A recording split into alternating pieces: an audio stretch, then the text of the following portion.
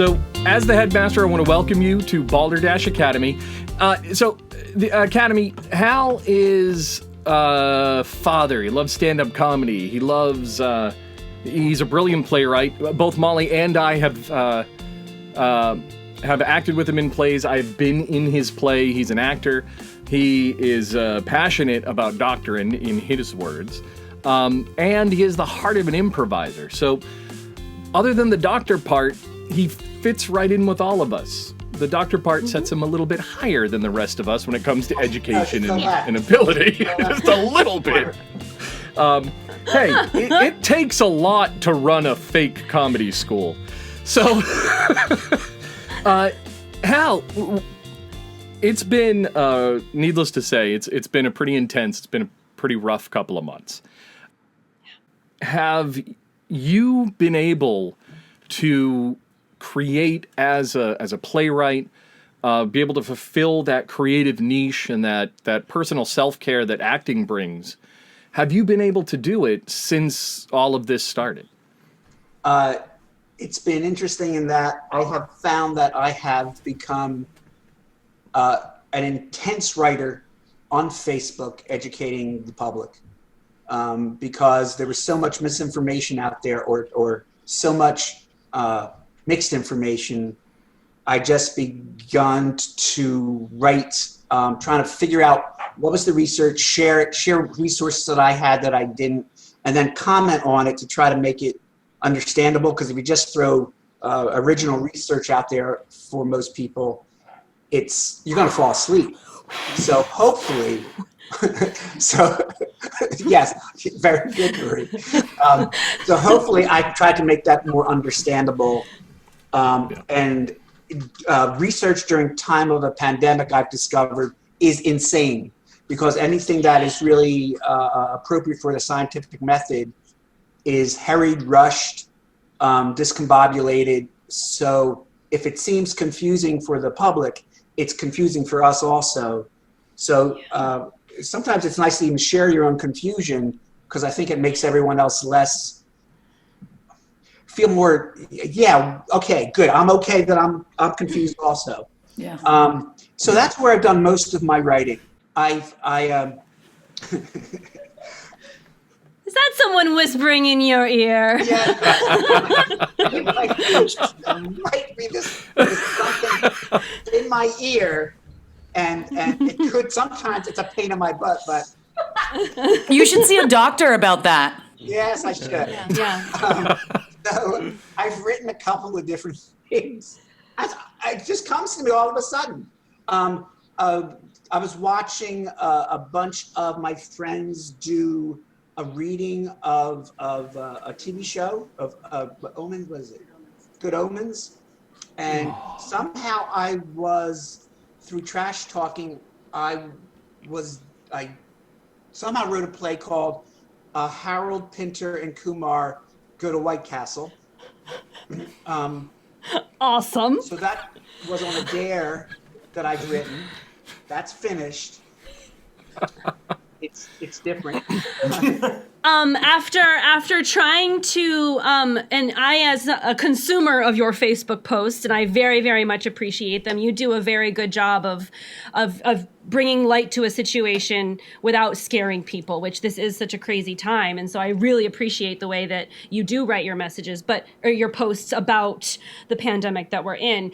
Do you find that going from writing very, clinical-y kinds of things, the way you don't write your Facebook posts in a clinical manner, you write them in a way that we can understand them, but they are based in science and fact and a lot of research. Did you find that going into writing playwriting after that to be jarring? Was it like riding a bicycle? Did you get right back on it? Again, playwriting is, you have to be in the right mental frame to do it. And the ones you do, for me, once I start writing, then it's the characters kind of haunt me. So they just talk to me and they come through me and I go, okay, I got to write. And it could be at 2 a.m, 3 a.m, or whenever. What has been your most favorite character that you've created? My most favorite, Leonora Rabinowitz. What was her predicament? And tell us a little about this character and why you love her so much. Leonora Rabinowitz is a world famous sex therapist, and so I wrote a play. My partner had wanted to bring to light some issues regarding problems of people as they aged, perhaps or perhaps not. Conversations with their mother may have motivated this, right? Maybe, sort of. So that was in the back of my head, and then through a series of events that I will never tell unless you get me really, really drunk. Even that. Challenge itself. We somehow came to a scene which was then done at Crowbait. This was a couple of people, in my mind, they were in their 20s having sex, but saying goofy stuff. The actresses who did it, the actor and actress who did it, were in their 60s. And the actress, Jackie Olivari, said, if you ever can turn that into something, I'm in.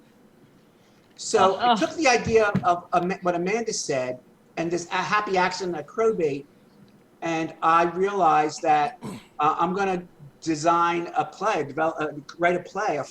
It first was a fringe play, then it was a full-length play. It actually had a stage reading in New York City. Awesome. And it's a play that is about the problems that people have with sex after 60 for females, and mother-daughter relationships, and also issues that younger women may have also with sex if they too decided to go to a sex therapist. Leonora Rabinowitz was played by Rachel Flanger so convincingly that after each night that we did the play, women went up to Rachel wanting her to be their sex therapist. I interviewed two sex therapists, friends of ours, one who was in the UK, both of whom saw the play. So she flew in from Great Britain to see the play and was very pleased with Rachel's work.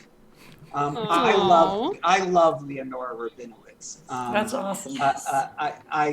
I think everyone who has seen the play has connected with either the mother-daughter relationship or has come away learning something from the play.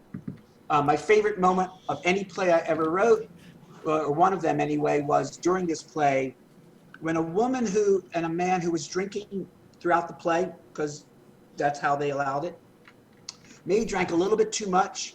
And there was a moment during the counseling scene in the second act about douching and about it's not necessarily the best thing for you, especially if you're a female. And you heard her say semi-drunkenly, "Oh." We had to hold for laughter for maybe 5 minutes. And it was my favorite moment of anything I've ever. Oh, that's lovely. It's great when a actor or actress can influence the character, and you see the character have a whole different persona or characteristic that you didn't originally think it had, and then you're like, "That's it. That fits. That makes it click." The thing is, Rachel's an improver, so part of her was, I can work this, but she opted. It was the right choice just to wait and let the audience finish. Yep. And it took a while, but it was wonderful. Yeah. So the two plays you just mentioned, both have a doctor sort of capacity to them. Do you think that is because you're a doctor? Is that because it's the stuff that you're drawn to, or is that just coincidence? It's well, Leonora Rabinowitz technically is a therapist, not a physician. Okay. Yeah. But I did a ton of research for it. So the anti-vax one, that was me really wanting to have a strong message and wanting to attack that. So now, Hal, you're originally from Philadelphia? Yes. Right? Home of Frank Rizzo. Growing up in Boston, there was one thing, particularly growing up in Boston in the late 70s and the 80s, we were one of the comedy hubs. of the Northeast, really of the United States. I mean, we had some of the big headliners come out of the clubs in Boston. And when I think of Philadelphia, I think of Kevin Hart, I think of Tina Fey, David Brenner, Larry Fine, right? Three Stooges. Oh, so okay. So growing up in a city that is known for comedy, you've seen a number of stand-up comics.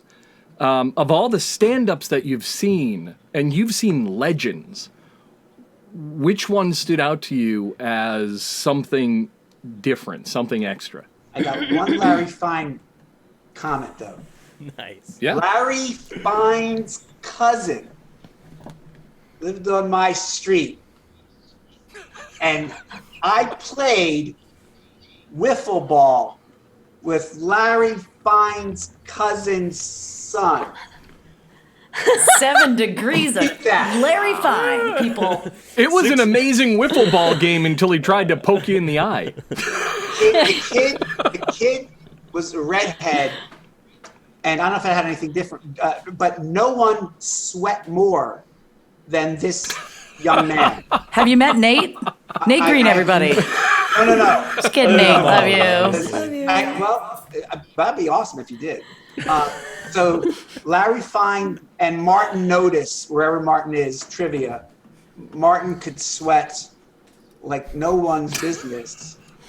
The son of a cousin of Larry Fine. The son of a cousin. You son of a cousin. Son of a That sounds like a punk band, Son of a Cousin. So which or country. Which member? Well, because I'm asking, right? You've seen Chris Rock, you've seen George Carlin, Yeah. you've seen Robin Williams. So George Carlin. So I didn't start dating until late, till second year of college. I'm wondering if you're going to tell us you went on a date with George. I was wondering where this was going. I didn't date until second year of college, but I almost dated my senior year in high school. My best friend gave me these tickets for Carlin, and he said, "Go ahead and ask Karen Evans out." Karen Evans. And she. Oh, you know her too. She worked at Kentucky Fried Chicken.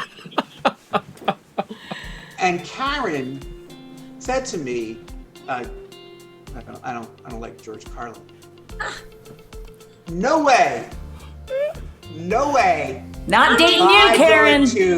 I waited 2 extra years to date, just date. And it was worth it. I will take this 12-piece bucket and go myself, Karen. So my friend and I went, but Yeah. Okay, You don't like George Carlin? I have 7 words you need to learn. The wishbone did not break in your favor. and the other as great as Chris Rock was, the other story I have to me is Robin Williams. The stand-up that I saw of his was, I think it was was it Night of the Met when he did that HBO special? Do you know which one I mean? Yeah, I know exactly. I watched this, and we all know that Williams is this incredible improv mind. And I saw the special. Every single beat, every single joke, every single moment was the same. But the brilliance was, it didn't look like it looked like it was on the spot. Yeah. So obviously he came up with that probably through improv, whatever mind that Robin Williams worked through. But his genius to me was he still was able to make that seem as if he was making it up as he went. Yeah. And once I realized that, I went, because first I went, oh man, and then I went, that might be even better than what I thought, to really seem that authentic in the moment. Yeah. So there you go. There's my 2 stories there. Next time on Balderdash Academy, we figure out how to get a little bit more roomy by brushing aside some dead leaves and ghosting Molly. It's utterly ridiculous. Check it out, smiley face emoji. It's literally written out smiley face emoji. There's no real emoji there. Damn it, Alan! Thank you for watching. Remember to like, subscribe, and hit that bell icon. You can find us on your favorite podcast service as Balderdash Academy. They had to take that. They took that many times.